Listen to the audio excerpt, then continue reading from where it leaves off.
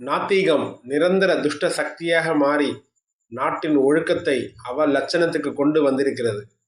இன்றைய அரசியலும் நாச்சந்தியில் நின்று ஈடுபடுகிறது.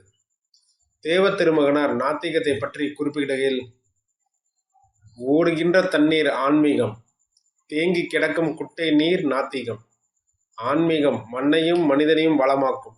நாத்திகம் புழு பூச்சிகளை உண்டாக்கி மண்ணையும் மனிதனையும் பாழ்படுத்தும். தெய்வீகத்தை அழிப்பதற்காக ஏற்படுத்தப்பட்ட கரு நாத்திகம் என்பது சரியல்ல. அந்த நாத்திகத்தின் குருத்து சைவ வைணவ சண்டைதான். இந்த சைவ வைணவ சண்டைதான் ஆதியில் தெய்வீகத்தை அழிப்பதற்காக உண்டான நாத்திகத்தின் தாய். வைணவன் திரிசூலனை திட்டினான், சைவன் திருமாலை திட்டினான்.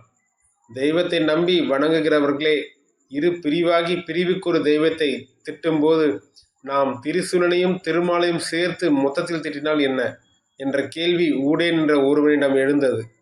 அவனே நாத்திகனாகிவிட்டான். அந்நாத்திகம் நிரந்தர துஷ்ட சக்தியாக மாறி நாட்டின் ஒழுக்கத்தை இந்த அவலட்சணத்துக்கு கொண்டு வந்திருக்கிறது.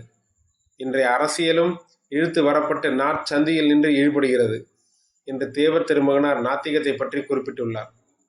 தேவர் வழியில் நாத்திகத்தை ஒழிப்போம், ஆன்மீகத்தை காப்போம், அரசியலில் நேர்மையை மலரச் செய்வோம்.